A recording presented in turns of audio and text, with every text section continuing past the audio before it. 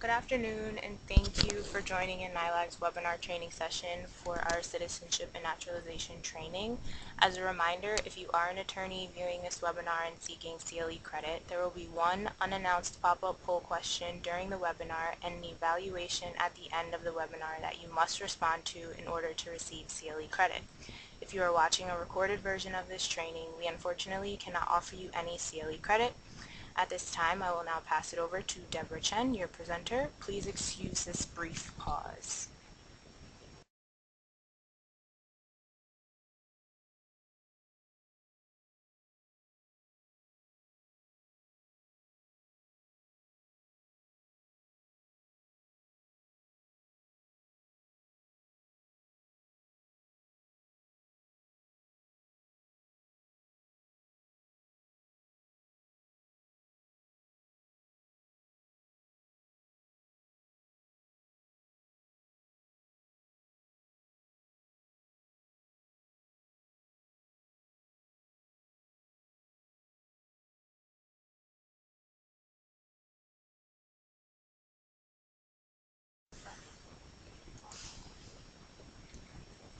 Okay, hi everyone. My name is Deborah. I'm a staff attorney here at NILAG. I will be at the clinic tomorrow. I run our pro bono naturalization clinic program. And we're excited to have everybody volunteering and helping us out, especially in this election year. We know how important citizenship is, so we're going to jump right in. Today's training is going to be on naturalization, eligibility, requirements, but the large chunk of the training is going to be on the form N400, which is the application that you will be assisting on. So just some general requirements for everyone. Applicants need to be at least 18 years of age to apply on their own. If they are a minor, they either need to wait. There are also circumstances where you can automatically derive citizenship from a parent, but those are their own cases. Some status requirements. You need to have been a green card holder continuously for 5 years, lawful permanent resident status, in order to qualify to be eligible to apply for naturalization. This time is shortened to 3 years if you're a green card holder married to a U.S. citizen, as long as the spouse has been a U.S. citizen for the entire time and you have been continuously married and living together for the entire 3 years. So if you divorce after 2.5, then you would have to wait out the full 5 years before you can apply on your own, and they will ask for documentation and proof. A person may also qualify after only 3 years if he or she self-petitioned for permanent residence and became a permanent resident under the special rules for the victims of domestic abuse or violence. So the biggest thing we look for and ask our clients to bring is the green card. It is technically called a permanent resident card. Green card is a slang term because they were originally green. But these are the cards that you will most likely see next week, and a lot of information that is on the form will be garnered from these cards. Quick slide on how to read them. You will want to know when they've been a resident since. That will tell you if they have the 5 years or the 3 years that are required in order to apply for citizenship. A lot of people may have been in the United States for 20 some odd years, but maybe only got their green card 2 years ago. That means that they still need to wait out the full 5 until they can apply for citizenship.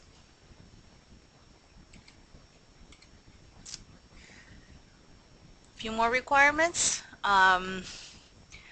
They need to, on the second slide here, they need to be a resident of the state or the district where the petition is being filed for at least 3 months. So if people have just moved, they ask that they wait just for a few months. And a physical presence requirement for at least 30 months or 2.5 years out of the previous 60. So they look at the past 5 years. You need to have been here for a majority of the time, 31 months, and this is cumulatively. So if you leave for 2 months every year, but you're in the States for the rest of the year, that's fine. Um, they also look at how long you travel for each time. They will look at trips lasting more than 6 months at a time a little bit more closely. They will ask why you needed to be out of the States for more than 6 months. If it's more than a year, we generally do not advise our clients to apply at this time unless it's a very good reason. Other than that, we do ask that they kind of wait it out until they're ready to apply. There are English language requirements. The applicants must be able to read, write, speak, and understand words in ordinary usage in the English language. They must also demonstrate a knowledge and understanding of the fundamentals of the history and form of government of the United States. These are the kind of famed 100 questions that are asked at the interview. They don't ask all 100, but you do need to study all of them. There are some exemptions available. The 50-20, 55-15 are for applicants who have been here for a long time and are over a certain age. So if you're over 50 years of age and you've had your green card for 20 years or more, you can take the civics test in your native language. So you still need to study the 100 questions, but during the interview there will be an interpreter and there will not be a reading or writing portion. Same with 55-15. If you're 55 years of age or older and have only had your green card for 15 years, you can still take it in your native language. Again, you still need to study for the 100 questions, but there will be an interpreter and there will be no reading and writing portion. There's also an exemption for medically determinable physical and mental impairments. This form is filled out by a doctor. It is submitted during the interview and it waives the entire portion of the 100 questions and the reading and writing portion. They will ask them some basic biographic information. There will be an interpreter there. And as long as they can pass certain portions and be able to understand the oath of allegiance, they do waive a large portion of the English language requirement. The 65-20 rule is for applicants who are 65 years of age or older and have had their green cards for more than 20 years. In addition to being able to take the civics test in their native language, the test will be simplified. They only need to study 20 questions.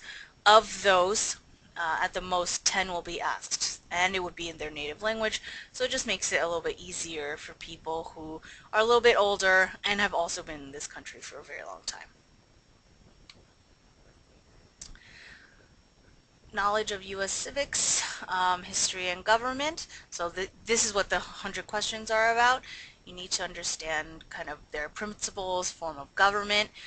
Topics are principles of American democracy, system of government, rights and responsibilities, a little bit of history, so the colonial period and independence, then the 1800s, recent American history, geography, symbols, and holidays. There are a few slides after this that give us some sample questions, sample U.S. government questions. How many amendments does the Constitution have? What is the economic system in the United States? What are the two parts of Congress? The House of Representatives has how many voting members?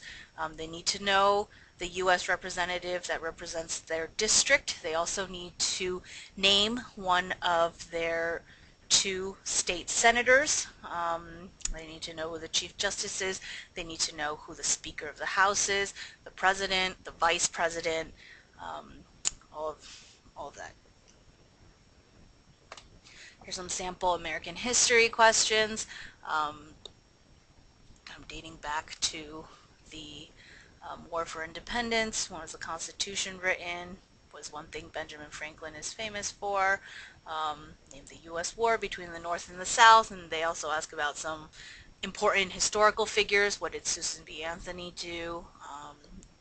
There will be like, name one important thing Abraham Lincoln did. What is one important thing Martin Luther King Jr. did? So these are kind of the history questions that they would ask. And then there are a few integrative civics questions, geography, holidays, things about the flag, why does it have 13 stripes? Why does it have 50 stars? What is the name of our national anthem? Name 2 national holidays.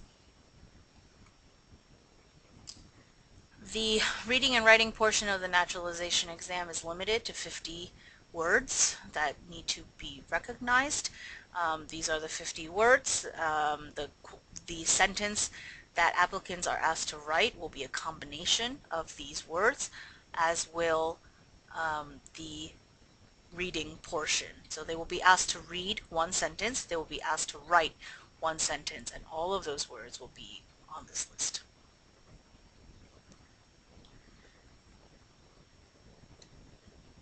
The kind of biggest requirement that they look for is good moral character.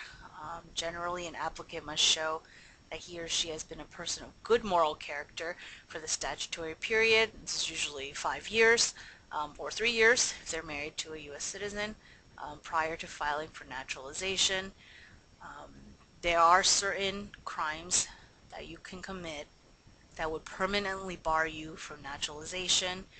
One being convicted of murder. There are certain other ones, federal tax fraud I've seen, also can bar you for life from naturalizing. And it doesn't mean that you do not keep your green card, but that you would never be able to become a citizen of this country.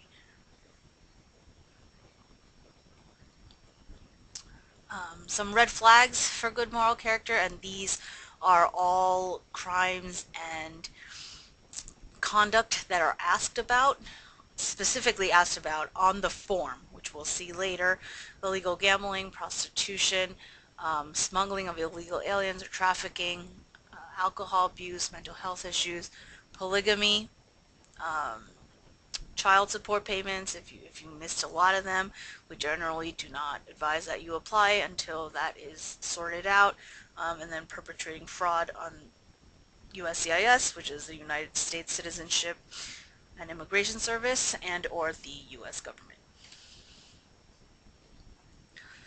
So if they do have an arrest, it will need to be disclosed on the forms, and something called a certificate of disposition must be submitted.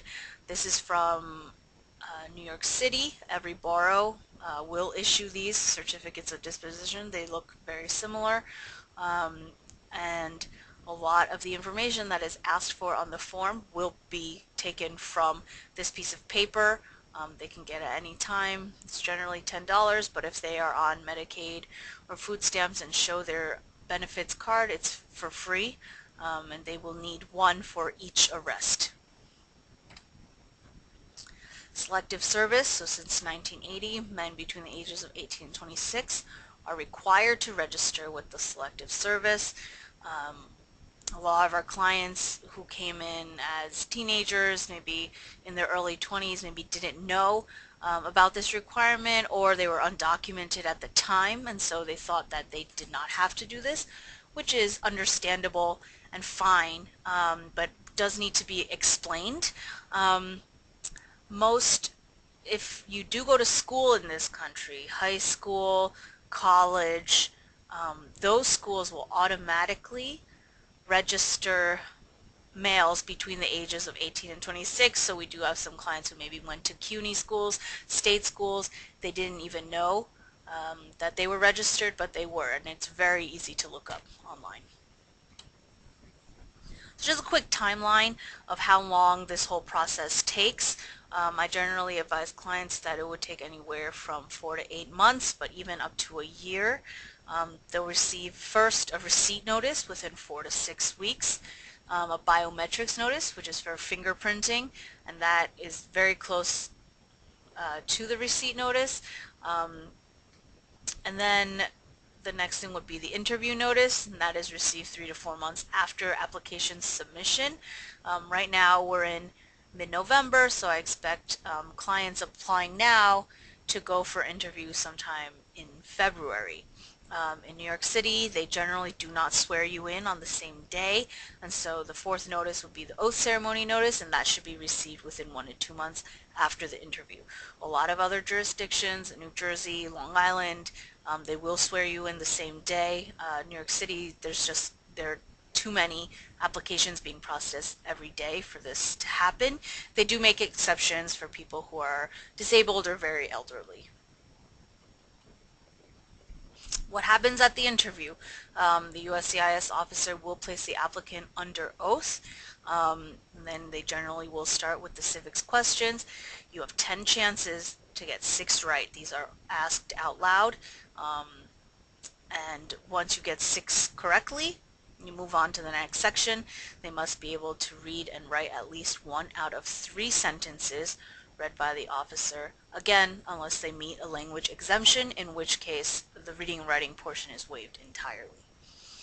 The form N400 that will be filled out will also be reviewed in its entirety with the applicant. This is for 2 reasons. One is to verify all of the information on the application to make sure that it's correct, to make sure that it's updated.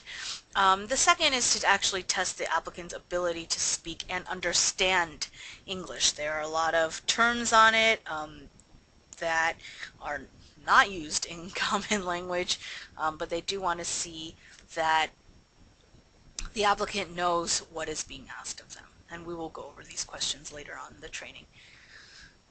Adjudication, the INA does require an officer to make a determination within 120 days of the exam. So if they do not tell you on the spot whether you're recommended for approval, they do have a few months to make that determination. Denials will always come in the form of a written notice with reason. And approvals, there's no notice that it's been approved, but if you get a notice for an oath ceremony, that means that you will be sworn in and that it has been approved. You can bring suit in the district court if it's not adjudicated, and then the court can make a determination.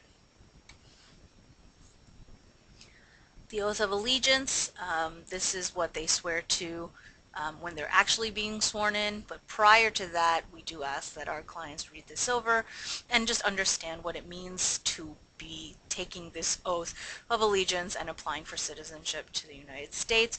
So if they are willing to and they understand it, they do swear to support the Constitution and obey the laws of the United States, to renounce any foreign allegiance and foreign title, and to bear arms for the armed forces of the U.S. or perform services for the government when required. There is a waiver of the oath. There is also a waiver of the willingness to bear arms for religious reasons. The USCIS will permit these applicants to take a modified oath. For the waiver, the Attorney General will waive it if the person is unable to. And this is for people who are severely mentally disabled. A family member who is a U.S. citizen can take the oath on their behalf, and that's what they generally like to do. They can also speak on their behalf during the interview. It has to be immediate family and it has to be a U.S. citizen. So there are some pitfalls of applying for naturalization. How do we avoid them? Well, the first thing is that when you apply for citizenship, the entire immigration record of the applicant is reopened. So when you go for the interview, the folder that is sitting in front of the officer is everything the applicant has ever submitted to USCIS. No matter how long ago it was, that file will contain everything ever submitted. And they can look through that file to make sure that there aren't any discrepancies, that the applicant was eligible for the green card in the first place. So you do need to be a little bit careful. They will look at marriages. Was it a sham? Did they at some point abandon their LPR status? If you move abroad for 5 years, 6 years, and you do not come back, you can effectively have abandoned your legal permanent resident status. If you were sponsored by your employer but never actually worked for them, you maybe were not eligible for the green card in the first place. And they can look at all of this again.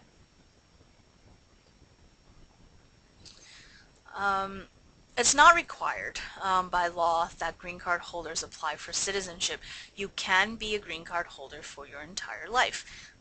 They expire every 10 years, but even though the card expires, your status does not. So even if the card expired 10 years ago, it doesn't mean that you're undocumented. It doesn't mean that you're no longer in lawful status.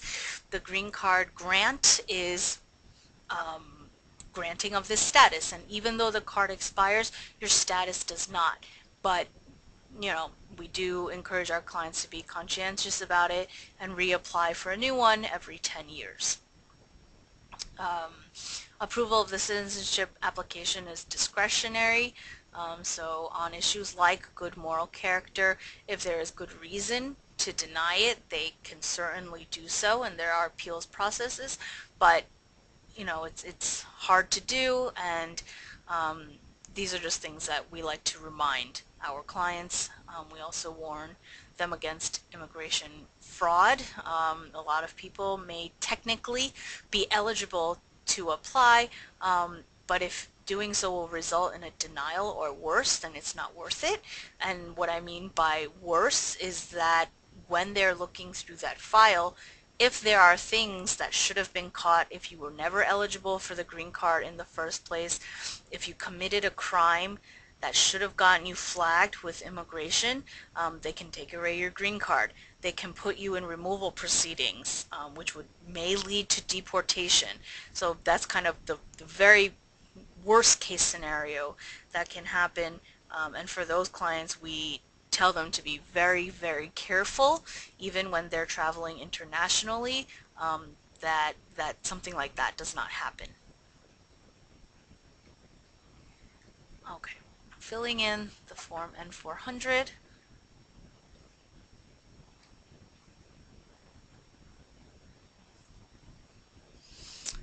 So next Wednesday, you will each be on a computer that will have a flash drive that contains the relevant documents that we need for each client. It will be pulled up to this page. If you could rename the client names into the folders, that would be great, so that we can keep track of them.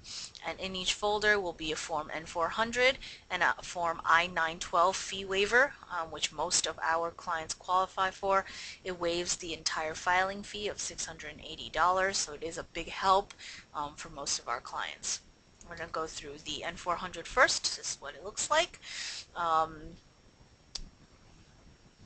Important first part is to enter the A number, which is also known as an alien number. This number is assigned to all aliens in the United States, and it follows them until they become a citizen. So whatever they applied for 20 years ago, whatever they applied for on the green card, it's the same alien number. Where do you find this alien number? On the green card. On this older one, on the right, on the beige one, it actually says a number. On the newer ones that you'll see, it says USCIS number. Those are the same thing. It's a 9-digit number, and that's the number that we are looking for to be filled in that box. And once you fill it in there, it will repopulate throughout the entire form. So it's very important to have there. Quick information about eligibility. They'll either have been an LPR for at least 3 or 5 years, and you will look at that on their green card. They'll ask about their name, current legal name, and we ask that you compare the names that are listed on their green card, on their social, on their passport. If they bring their birth certificate, their marriage license, to compare that all of those names are the same. And if there are any different ones, that you would list all of the different names that the applicant has ever used. A note about name changes. This is one of the only times when someone will be able to change their name for free. And what I mean by free is it would be part of this application process. So if they receive a fee waiver, then everything about this would be free. They are allowed to pick whatever name they want. And what happens is at the interview, they will sign a piece of paper, which is a petition for a name change. They're submitted to the federal courts, and then a judge will sign off on it, and you will have a paper that's a legal name change. The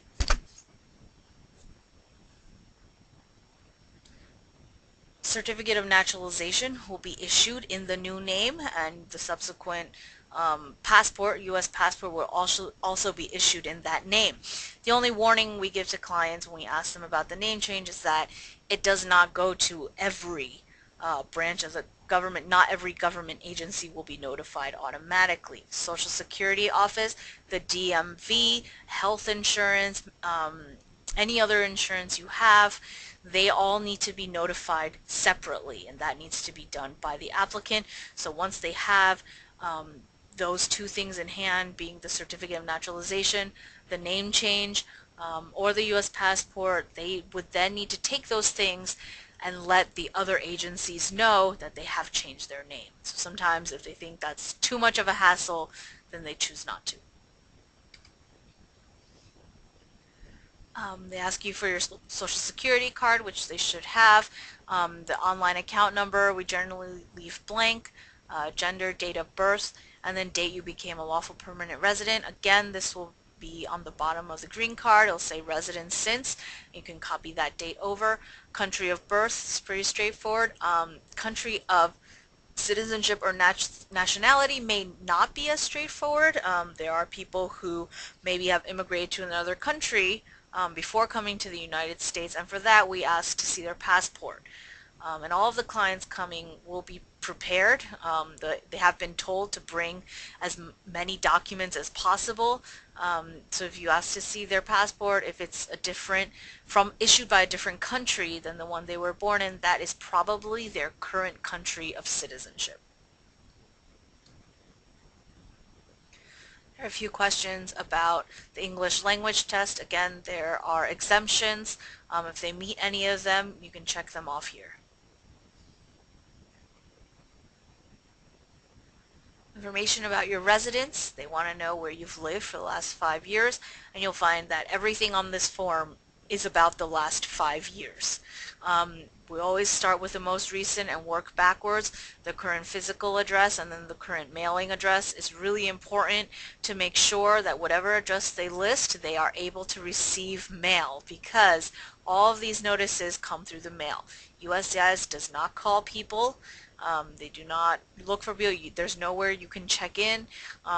They will send it to you through the mail, and so whatever they list, we need to be sure that they can receive it. If there are, I think there's room for maybe 3 or 4 addresses. If the applicant has moved around a lot, we will have an addendum folder. You just go into that folder, copy it over to the client folder, open it up, and it'll look like this. You can fill it out for any additional addresses that the applicant might have. They do ask about the parents. So again, this is to figure out if anybody has automatically derived citizenship, if they were here before they turned 18, if they had their green card before they turned 18, and one of their parents naturalized during that time that they were living with, they may have automatically derived citizenship. Obviously, the first part of this says if neither one of your parents is a U.S. citizen, you skip it all together. So it's a pretty simple kind of way to know whether or not you need to move forward in this section.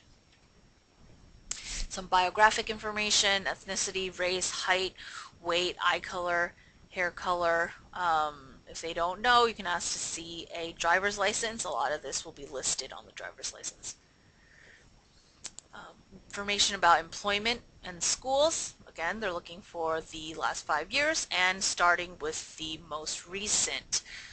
In terms of employment, it's not just kind of full-time employment. They're looking for part-time internships, periods of unemployment. They also want to know about self-employment. If there was employment between schooling, they want to know which schools and where. So it's generally good to just make sure that all of the dates link up together to cover the entire 5 years.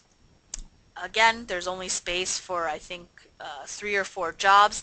If there have been more jobs than the space available, we have an addendum. Copy it over into the client file, open it up. It'll look like this. You can fill it out and print it out along with the application. We submit it as an addendum. International travel. So how many total days did you spend outside the United States? How many trips of 24 hours or longer have you taken outside the United States during the last 5 years? Which is again what they're looking for. We have to remember two things. Trips lasting more than 6 months or more need to be explained. And the second thing is all of the total days cannot add up to more than half of the last 5 years. Um, so if you find that somebody has had a lot of international travel and you think that maybe they weren't in the United States for more than half the required time, just let us know and we'll take a look at it. Most of the clients on Wednesday have been screened for this issue and shouldn't have it. But take a look at their passports, and when you're filling out this chart, um, we generally flip through the passport pages for entry and exit stamps.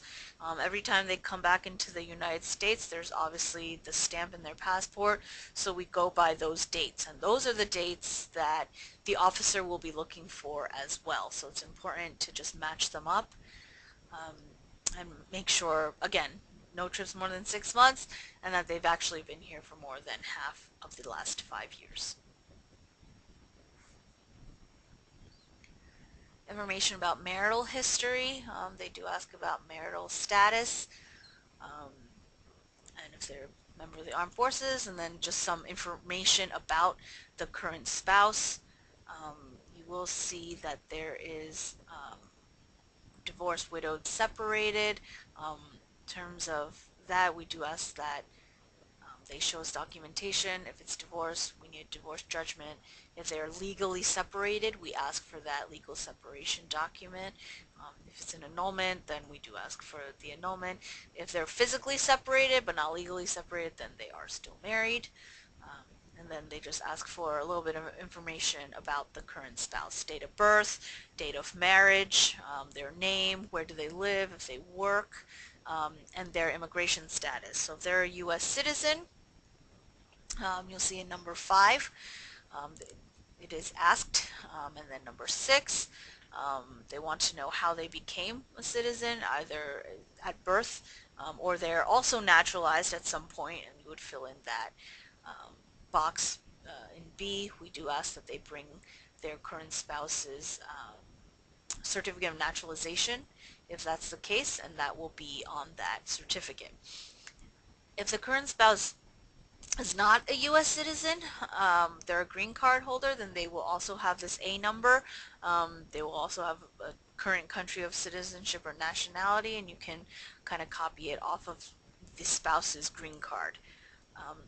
If they are not a green card holder, so they do not have lawful permanent resident status, where the red circle is, you can click Other. If they're here unlawfully, not documented, you can just write foreign national.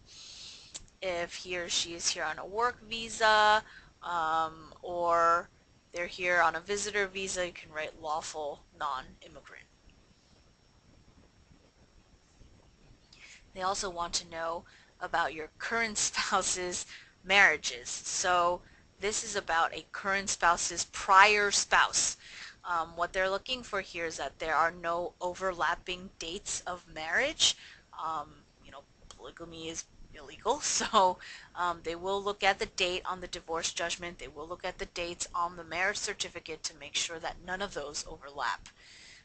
They do ask for some information about the prior spouse,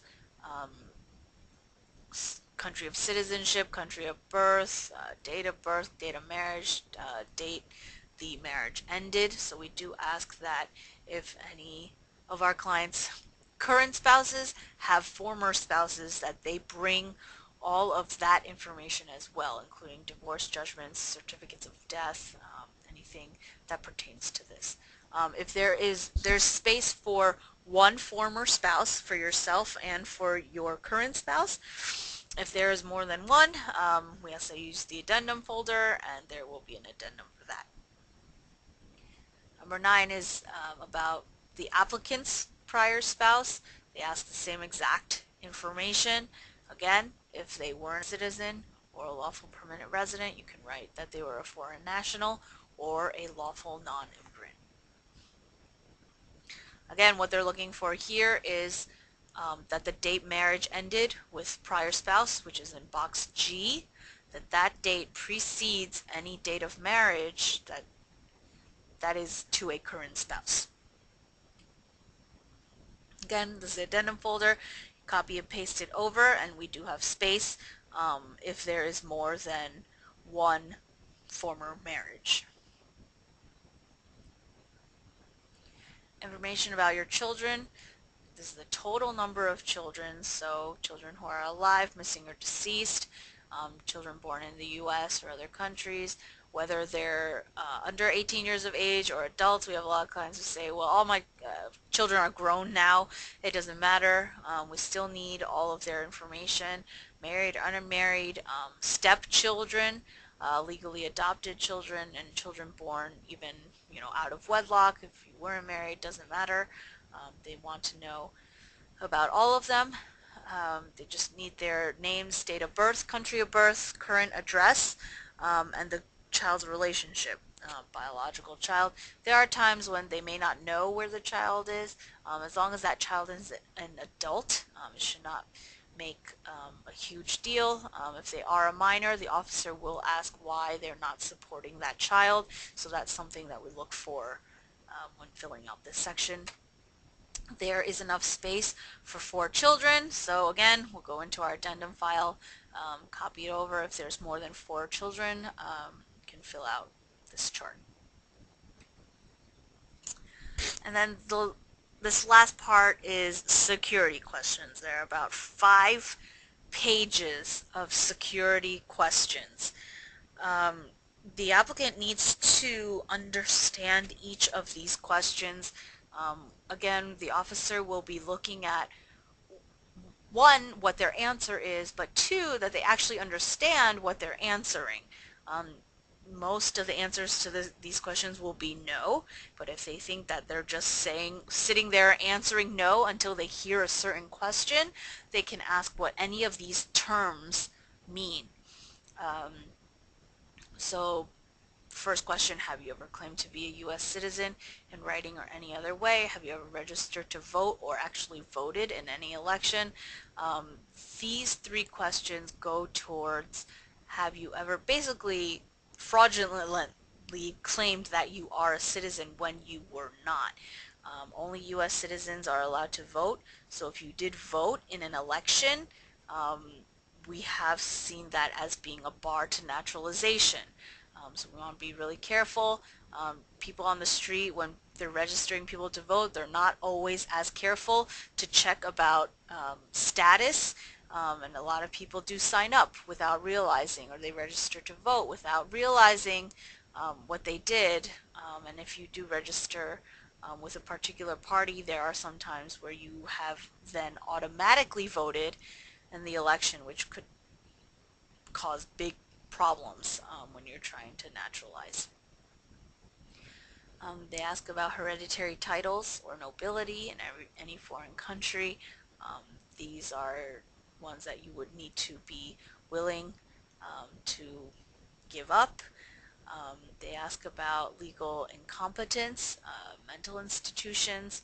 They ask if you have always paid your taxes, and if not, why not? We do have some clients who may not have paid their taxes for a few years. There'll be a variety of reasons. We will need to write an explanation to why taxes were not paid. If it's as simple as, I was in school and my parents claim me, that's fine. It could also be that I didn't work last year. That's also fine. If they do owe taxes, then we ask that our clients get themselves on a payment plan, and we can still apply for them while they're on the payment plan as long as they bring proof that it is being paid. So if there are any outstanding taxes, we need to know about them. And this is the addendum. about the tax returns that you can fill out. They ask about membership and any sort of association, foundation, or club. We get a few unions or religious organizations. It's not a huge deal. You can write it in the chart.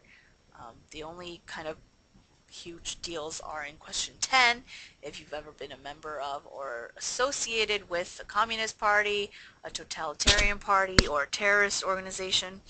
Um, and if the answer to any of those is yes, then that will probably be a problem. If you've ever advocated the overthrow of any government by force or violence, if you've ever persecuted any person because of race or religion. Um, and like I said, there are a lot of terms here. If they think that they don't know what they mean, they can stop and ask them, well, what is genocide? You said that you've never been involved in it. Do you even know what it is? What is a military unit? You said you were never a member of one. Do you know what that is? They ask if you've ever been a worker, volunteer, or soldier in a prison or a jail. This is not that you're doing jail time, but that you worked in one. They ask about weapons, selling them, using them, any military training. And these are okay. There are some countries that have required military service for a few years. If that's the case, we'll pull up an addendum, write as brief an explanation as possible, when it happened, what they did, and it's usually not a problem. This part is keys about crimes and offenses. Any arrests would be listed here. Number 23, if they've ever been arrested, cited, or detained for any reason. So this includes traffic tickets of more than $500, any citations that they received, if they were charged. So if there is a charging document, then 24, the answer would be yes. If the case was dismissed outright, 25 would be no. If they did community service, they were fined, even if it's $25, $100, then we would assume that yes, they were convicted and that's why there was the fine, or community service. Work your way down these questions, and then fill in the chart if there are any yeses. And again, this information all comes from the certificate of disposition. You can see from the chart they ask why you were arrested, when it was, where, and then the outcome or disposition. You'll find it all on the certificate. Where, it would be in Queens. The date of arrest is listed. Why would be the charges. You can write the charge numbers there. And what happened at the end, the outcome or disposition would be, here would be fined, the $50, and I think a little bit of community service. There is room for 6 arrests, I believe. If there are more than that, pull up an addendum. You can fill out this chart. I do not believe anyone should need that next Wednesday, but it's there if you need it. Ask questions, like I mentioned before, about being a habitual drunkard, prostitution, illegal drugs, smuggling people into the States, illegal gambling. Have you ever given the U.S. government any information or documentation that was false, fraudulent, or misleading? Have you ever lied to any U.S. government official to gain entry to the U.S.? Have you ever been removed, excluded? So these are going towards if they've ever been in deportation proceedings. That will come up, and they will know immediately if this person has been in proceedings, because again, they will have the file in front of them. Everything will be there. All the documentation, all the paperwork will be there, so we need to be honest about what happened. As long as they weren't actually deported and those proceedings are closed, currently closed, it should be okay to proceed. Number 36, if they are currently pending against you, then we would not be filling out this application at all.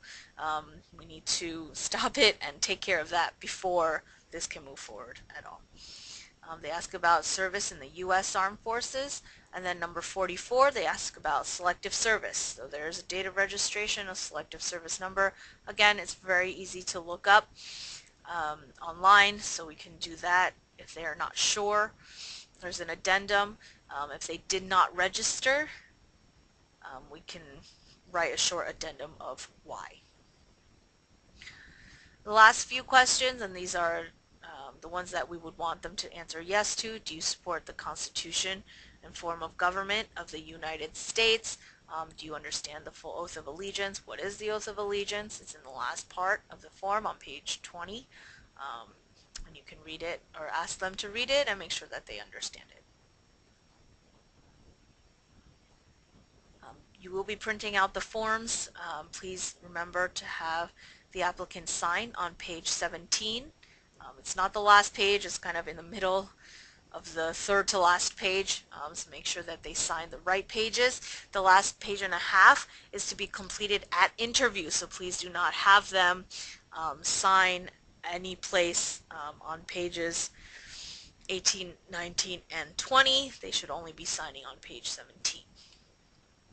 Important documents that we'll ask you to copy or to help us copy is the green card, the front and the back, social security card, a current passport, any passports issued within the last 5 years, the birth certificate, certificate of marriage, divorce judgments, and of course certificates of disposition. Fee waivers. We're going to go through this really fast because I think we're running a little low on time. But generally speaking, the filing fee for the N400 is $680. This is going up next month to $725. In general, most, I would say 90% of our clients qualify for the fee waiver, which is, again, a big help. $700 is a lot of money, and the fees may be waived if it's been determined that there's an inability to pay. We do request documentation to prove that, and our clients next week should be prepared with that documentation. There's a brief section on page 1 that just asks about some biographic information, the A number, date of birth. These are all bits of information that you should already have. So who qualifies for the fee waiver? Means tested benefits, people who are on Medicaid, people who are on food stamps, people who are on Social Security, disability, also people who are below certain 150% of the federal poverty line, and we will have those thresholds at the clinic, so you can check the chart to make sure that they are under that percentage. So on page 2, you will check the basis for the request. We generally only check 7A or 7B. 7C is very difficult to prove and rarely approved, so we do not use that reason. The first part is mean tested benefit. Again, that's Medicaid, it's food stamps, it's Social Security. If you check off 7A, then we are not, then we need a verification letter from the Medicaid office, from the food stamp office, that clearly states the person's name and that they are currently in receipt of Medicaid or food stamps.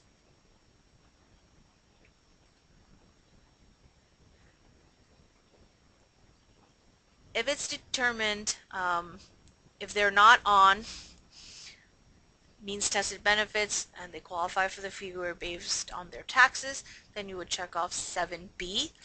And make sure that the last year's taxes are attached. So right now we're still using the 2015 taxes, and we'll continue to use those until April of next year. The chart is here. It will also be available to you that day.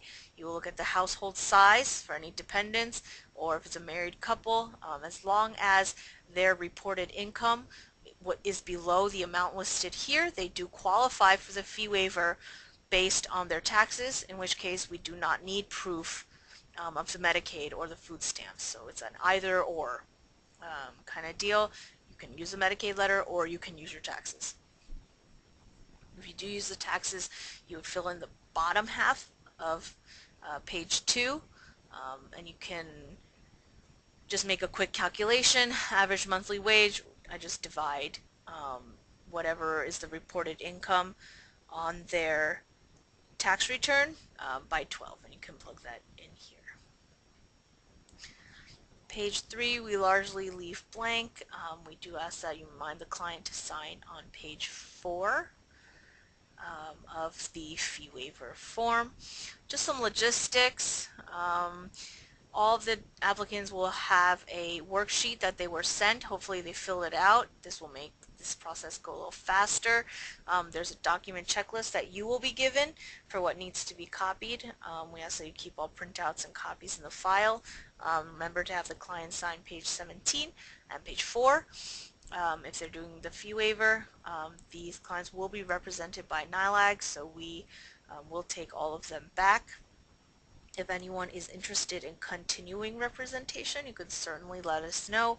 We'd be happy to supervise you during the process if that's something that you would be interested in. Just seek us out and let us know. Otherwise, the client will receive follow-up from NILAG attorneys and staff. They will have signed retainers with us, and we will be the ones who are representing them. This is what the worksheet looks like. It asks for addresses, employers, trips, information over the past 5 years. If they have this filled out, you can move this information over to the forms fairly quickly. This is the document checklist. This will be in all the folders. They used to require passport size pictures. Those are not required anymore, but everything else, please make sure that they are copied and in the file. That is the end of that. I'm going to see if there are any questions.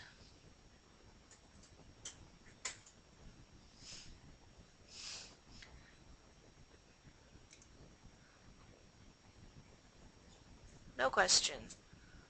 Okay, very good. Thank you, everyone, and we will see you next Wednesday.